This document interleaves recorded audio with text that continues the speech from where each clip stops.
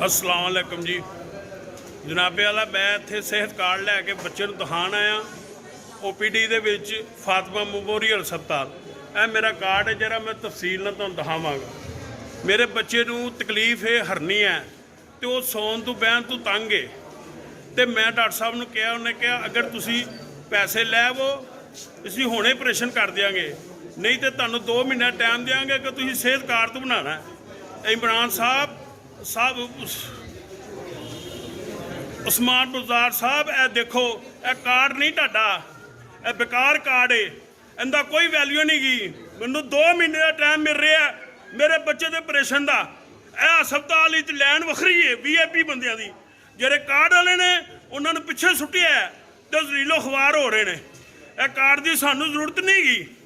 मैं दस दिया मेरे बच्चों 2 महीने टाइम दे रहे हैं इस हस्पताल वाले।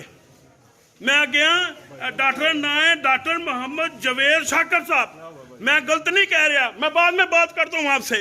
मैं तंग हूँ, मैं तंग। तमाशा लगेगा बेटा जब ये कार्ड की वैल्यू नहीं है हमें क्यों दे रहे हैं। वो 2 माह का टाइम दे, मैं बात कर रहा हूँ ना, मैं बाद में ये मैं आपको ये कार्ड की वैल्यू बता रहा हूँ। इस वैल्यू क्या है मेरे पास।